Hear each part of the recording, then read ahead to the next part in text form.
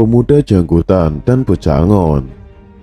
Bocah angon, anak atau bocah Sadro Angon atau gembala Beningit adalah seseorang yang suka mengembala hewan, tetapi itu jika diartikan secara umum. Tetapi dalam konteks nubuat leluhur, Prabu Sri Baduga Maharaja Siliwangi, anak gembala, diartikan sebagai anak yang suka mengembala ranting dan daun, yang diartikan secara logika bahwa orang zaman dahulu jika menulis menggunakan daun dan benangnya dengan arang ranting kayu, jadi dapat diartikan secara bebas. Anak penggembala adalah seorang anak yang suka mengembalakan lembaran-lembaran kertas, lembaran kertas yang telah lama ditulis atau tulis-tulisan. Selanjutnya disebutkan dalam Uku Siliwangi, dia terus mencari, mengumpulkan semua yang dia temui, tapi akan menemui banyak sejarah atau kejadian. Kalimat tersebut bisa berarti bahwa bocah angon menggembalakan kertas dan pena untuk menemukan sejarah atau kejadian. Entah sejarah dan kejadian apa yang dia kumpulkan, tetapi bisa dimengerti bahwa di Nusantara banyak sekali sejarah yang dirubah. Mungkin hal tersebut bisa juga terkait dengan pelurusan sejarah kita. Dia, bocah angon, akan terus mengumpulkan sejarah dan kejadian-kejadian penting, tentunya untuk menyelesaikan masalah di Nusantara. Wajar saja bila sejarah ditelusuri, karena memang untuk menyelesaikan suatu masalah. Tidak harus mengetahui awal sejarahnya, bagaimana bisa terjadi.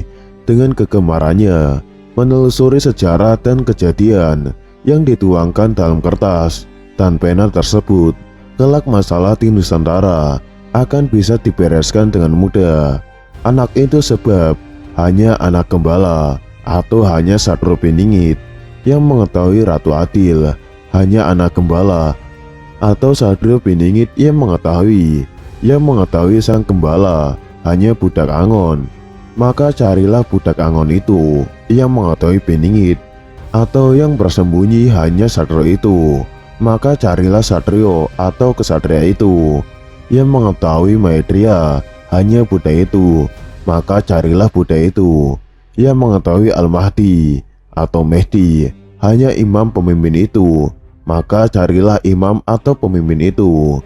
Pemuda janggutan adalah pemuda yang memakai jenggut. Bisa dikatakan pemuda tersebut menjalankan sunnah Nabi Muhammad Sallallahu Alaihi Wasallam. Jika laki-laki disunahkan oleh Nabi untuk menggunakan janggut, dalam konteks nubuat Prabu Sri Baduga Maharaja Siliwangi, dikatakan bahwa pada saat itu datang pemuda berjanggut. Datangnya memakai baju serba hitam sambil menyanding sarung tua. Ini bisa diartikan secara bebas bahwa pemuda tersebut menggunakan janggut dan senantiasa memakai pakaian seperti bangsa Arab, yang pakaian tersebut hampir mirip dengan jubah, dengan warna pakaiannya berwarna hitam dan menyandang sarung yang sudah tua. Pemuda ini bisa dikatakan seorang pemuda yang sangat taat pada perintah Tuhan Allah Subhanahu wa Ta'ala dan syariat Nabi Muhammad Sallallahu Alaihi Wasallam. Selanjutnya, dalam nubuat Prabu Siliwangi, membangunkan semua yang salah arah, mengingatkan pada yang lupa, tapi tidak dianggap karena pintar keblinger, maunya menang sendiri. Mereka tidak sadar, langit sudah memerah, asap mengepul dari perapian. Alih-alih dianggap, pemuda berjanggut ditangkap, dimasukkan ke penjara. Lalu mereka ngacak-ngacak tanah orang lain, beralasan mencari musuh, tapi sebenarnya mereka sengaja membuat permusuhan. Bisa diartikan pemuda janggutan melakukan teguran terhadap bangsa Indonesia, bahwa keadaan bangsa Indonesia sudah di ujung kehancuran, dan pemuda janggutan mengajak rakyat dan pemimpin Indonesia untuk membenahi keadaan Indonesia. Tetapi pemuda janggutan tidak dianggap oleh kebanyakan rakyat dan pemimpin karena mereka sudah lupa. Disebabkan oleh hawa nafsu duniawi, mereka telah menjadi raja di diri mereka. Selanjutnya, alih-alih pemuda janggut ditangkap dimasukkan ke dalam bui. Dikhawatirkan oleh para aparat bahwa itu akan membahayakan diri si pemuda janggutan, karena sedikit banyak aparat sudah mengerti akan wasiat leluhur. Karena belum saatnya pemuda janggutan muncul ke publik. Itu jika aparat yang paham. Untuk aparat yang tidak paham ikut menangkap pemuda berjanggut dengan maksud agar pemuda berjanggut tidak membongkar kesalahan aparat tersebut. Dan jika tidak ditangkap pemuda janggutan, maka akan menyelesaikan aksi yang biasa dilakukan oknum-oknum aparat yang suka keluar jalur dari kode etik dalam penjagaan di negeri ini. Hubungan pemuda janggutan dengan bocah Angon bisa dilihat dari perkataan Prabu Siliwangi yang bertengkar lalu terdiam dan sadar ternyata mereka memperebutkan pepesan kosong sebab tanah sudah habis oleh mereka yang punya uang. Para penguasa lalu menyusup dan bertengkar ketakutan kehilangan negara. Lalu mereka mencari budak Angon yang rumahnya di ujung sungai, yang pintunya setinggi batu, yang rimbun oleh pohon handelem dan hanjuang.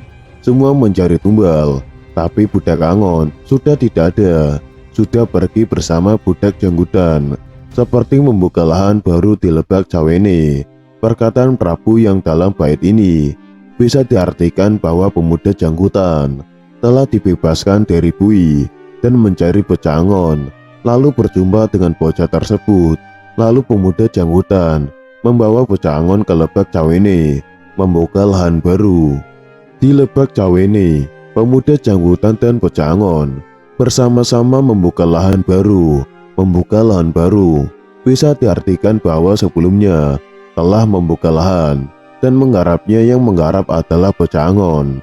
Namun karena bocah Angon dicari oleh pemuda janggutan yang baru bebas dari bui, maka bocah Angon meninggalkan lahan lama dan membuat lahan baru lagi. Jadi tempat tinggal bocah Angon sebelumnya bisa ditelusuri dari bait nubuat Prabu Jayabaya yang bertuliskan asalnya dari kaki Gunung Lawu sebelah timur. Sebelah timurnya Bengawan, berumah seperti Raden Gatotkaca, seperti rumah Merpati Susun III, seperti manusia yang menggoda. Lalu digabungkan dengan nubuat Prabu Siliwangi yang rumahnya di ujung sungai, yang pintunya setinggi batu, yang rimbun oleh pohon handelem dan hanjuang. Bisa dijabarkan bahwa sebelumnya bocah Angon tinggal di kaki Gunung Lawu, di hulu sungai Bengawan Solo, dengan rumah berlantai 3, selayaknya rumah sederhana. Mungkin rumah tersebut terbuat dari papan kayu pohon atau dari bambu.